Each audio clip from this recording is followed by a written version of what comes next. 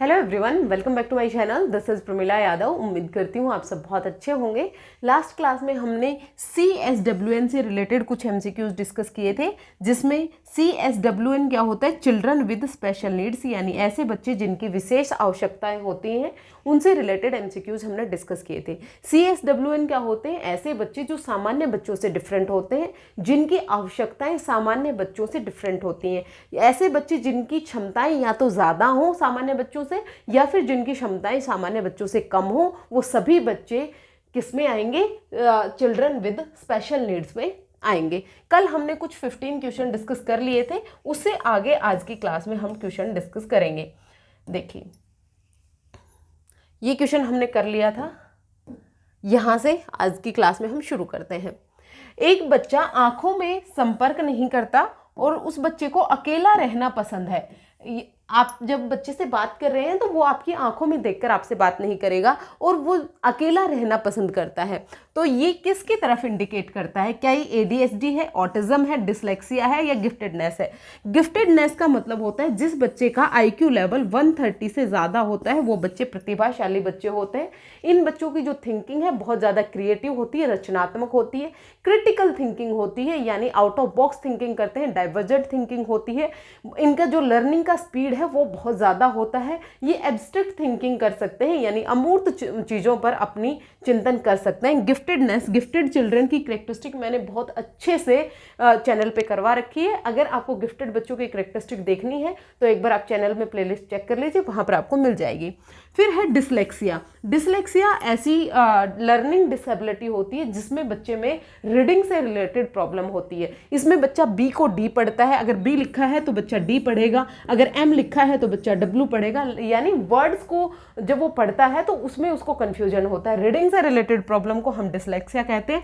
Autism ऐसे बच्चे होते हैं जो आइसोलेशन में रहना पसंद करते हैं, एकांत में रहना पसंद करते हैं, रिपीटेटिव व्यवहार शो करते हैं। यानी अगर आप बच्चे से कुछ बात कर रहे हैं, बच्चा एक बात बोलेगा तो उसी बात को ये बार बार रिपीट करते हैं। ज़्यादा सोशलाइज नहीं होते। जो इनके इमीडिएट पेरेंट्स होते हैं, जो इनके टेक केयर कर रहे हैं, जैसे इनके मम्मी पापा हो गए, सिर्फ उन्हीं से बात करते हैं, बाकी लोगों से ये बातचीत नहीं करते हैं। अगर बाहर के लोग इनसे बातचीत करने की कोशिश करते हैं तो ये इरिटेट हो जाते हैं, ये बहुत जल्दी गुस्सा हो जाते हैं, तो इनको ज़्यादा सोशलाइजेशन पसंद नहीं होता। तो ये कौन सी कैरेक्टरिस्टिक होती है? ऑटिज्म होती है। इसको हम स्वलीनता कहते हैं।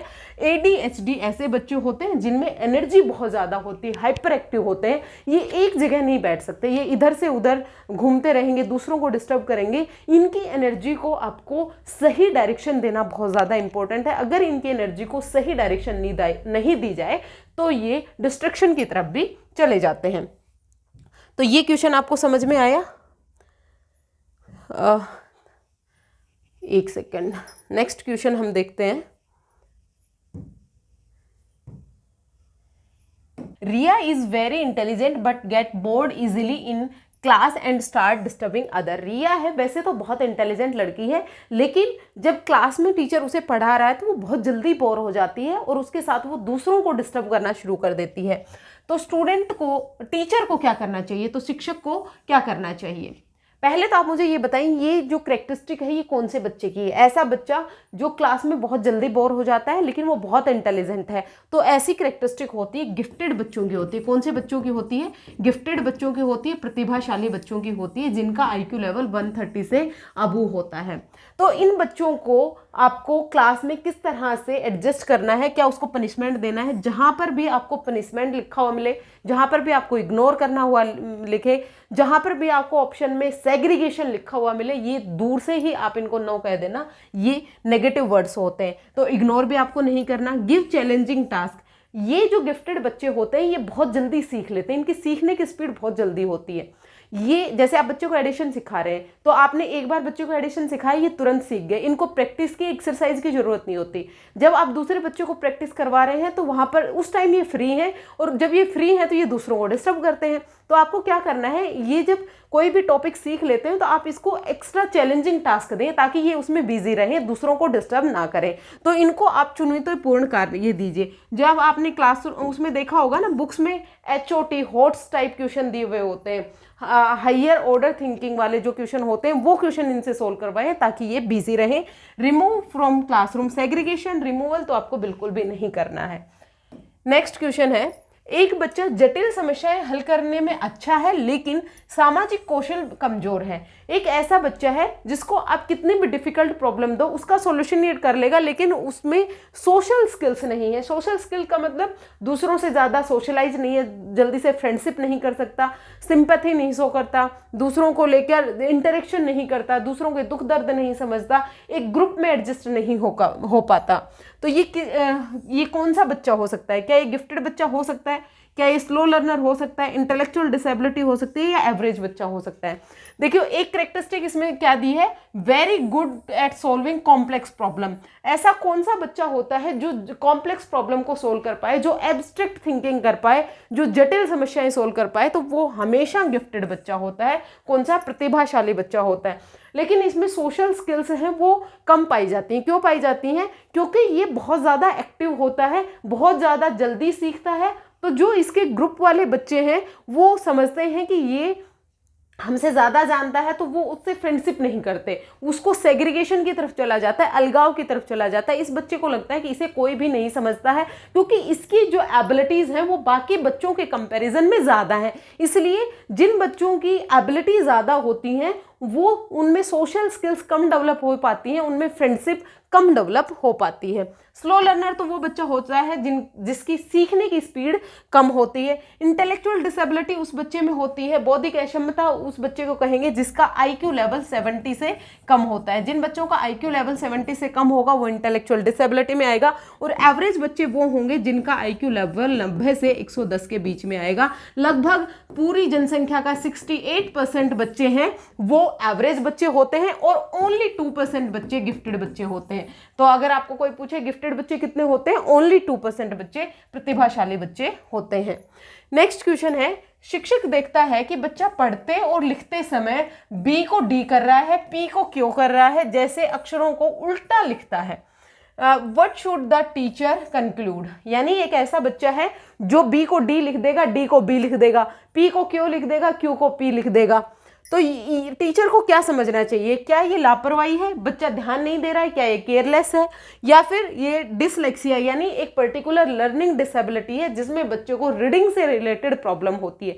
जिस बच्चे को पढ़ने में, अक्षरों से समझने में दिक्कत होती है उस बच्चे में डिसलेक्सिया होती है।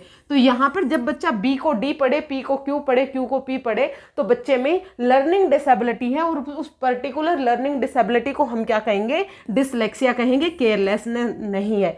इंटेलेक्चुअल डिसेबिलिटी नहीं होती। इंटेलेक्चुअल डिसेबिलिटी जिस बच्चे में, देखो ध्यान से समझिए मैं क्या बोल रही हूँ, जिस बच्चे में लर्निंग डिसेबिलिटी है यानी अधिगम से रिलेटेड अक्षमता है, जरूरी नहीं है कि उस बच्चे में इंटेलेक्चुअल डिसेबिलिटी हो, उस बच्चे में बौद्धिक अक्षमता हो। गिफ्टेड बच्चों में भी लर्निंग डिसेबिलिटी हो सकती है। जो प्रतिभाशाली बच्चे हैं उसमें भी अधिगम से रिलेटेड डिसेबिलिटी हो सकती है।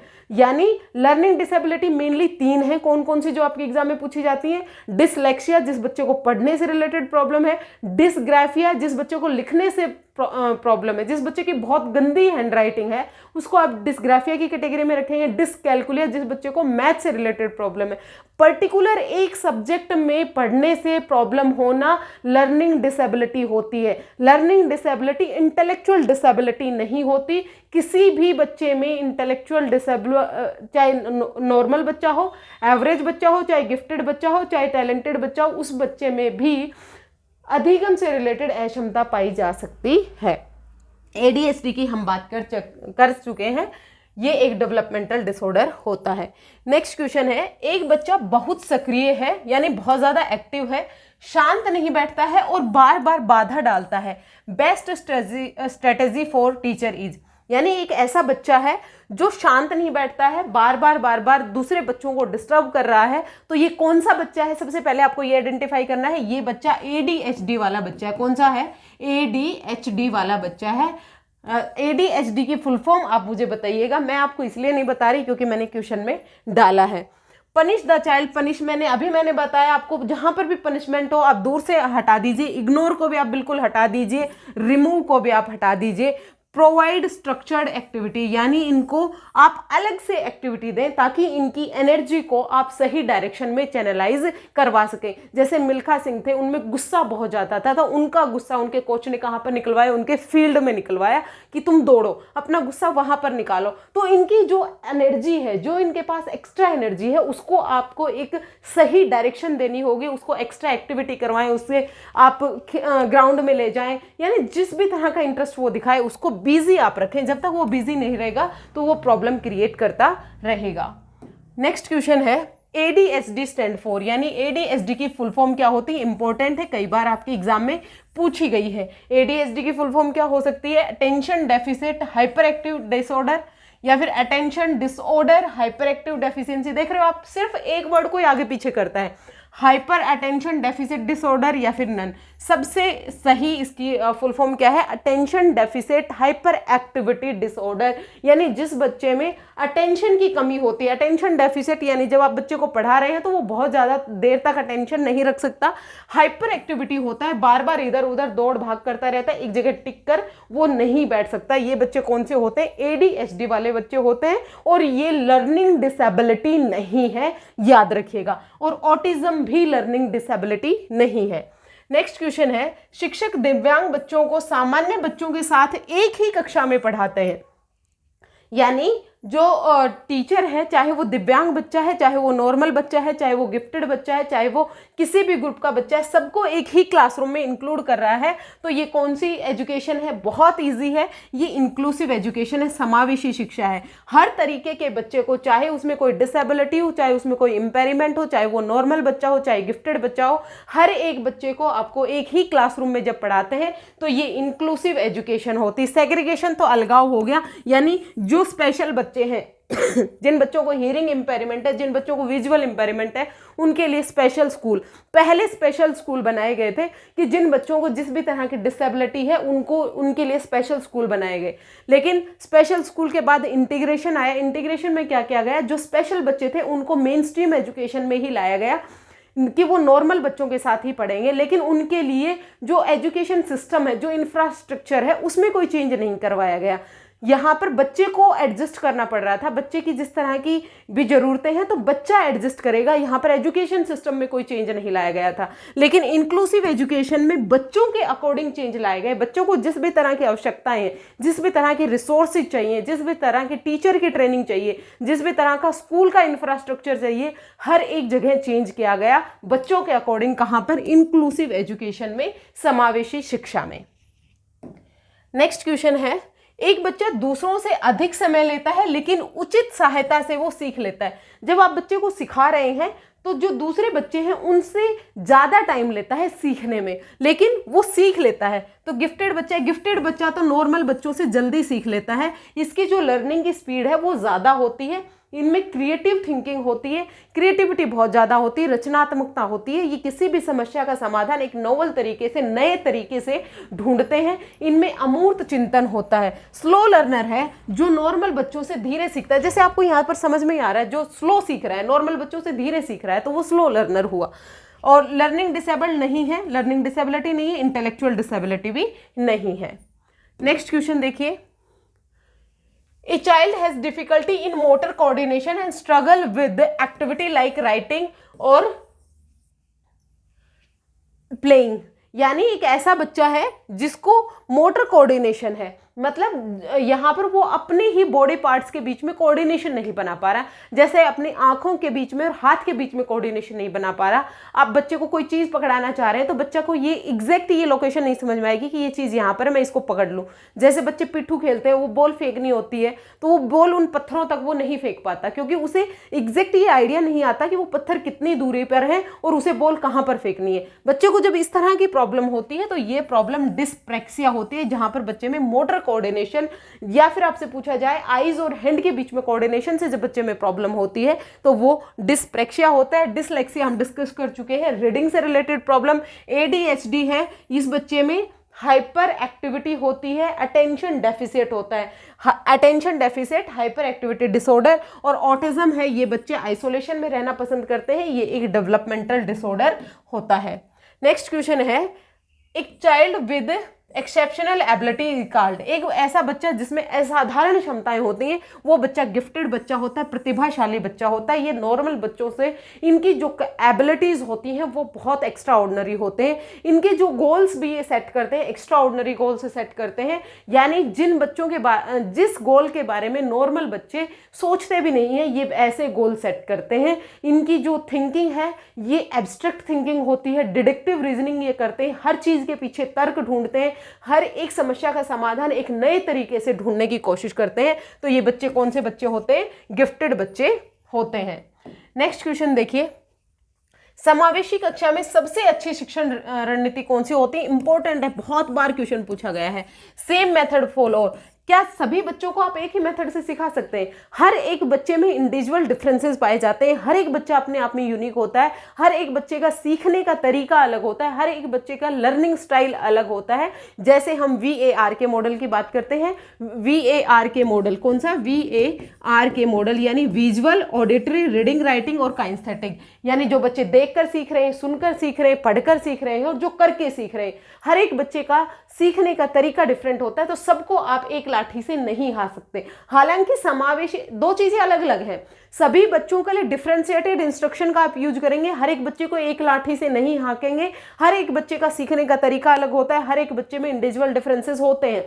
इन सब डिफरेंसेस के होने के बावजूद भी आपको सभी बच्चों को एक ही क्लासरूम में पढ़ाना है, सबको इंटीग्रेट करके रखना है, किसी भी आधार पर कोई भी आप डिस्क्रिमिनेशन नहीं करेंगे। इग्नोरिंग डिफरेंसेस, डिफरेंसेस को आप इग्नोरिंग नहीं करना है, डिफरेंसेस को आपने सेलिब्रेट करना है। हर एक बच्चे की भाषा अलग हो सकती है, हर एक बच्चे का सीखने का तरीका अलग हो सकता है, हर एक बच्चे की जो कोई भी काम करने की स्पीड है वो कम या ज़्यादा हो सकती है। तो आपको इग्नोर नहीं करना है, सेलिब्रेट करना है, डिफरेंशिएटेड इंस्ट्रक्शन देनी है, विभेदित शिक्षण आपको करना है, यानी हर एक बच्चे को उसके अकॉर्डिंग पढ़ाना है, हर एक बच्चे का सीखने का जो तरीका है उसी के तरीके से उसे पढ़ाना है। स्ट्रिक्ट डिसिप्लिन, डिसिप्लिन आपको स्ट्रिक्ट नहीं करना है। पिन ड्रॉप साइलेंस की उम्मीद आप बच्चों से नहीं कर सकते। जहां पर पिन ड्रॉप साइलेंस होगा वहां पर एजुकेशन अच्छी हो ही नहीं सकती, क्योंकि बच्चे जब तक इंटरेक्शन नहीं करेंगे, जब तक अंतःक्रिया नहीं करेंगे, वो अपने डाउट्स टीचर के सामने नहीं रखेंगे, तब तक बच्चे लर्निंग नहीं कर पाएंगे। तो ये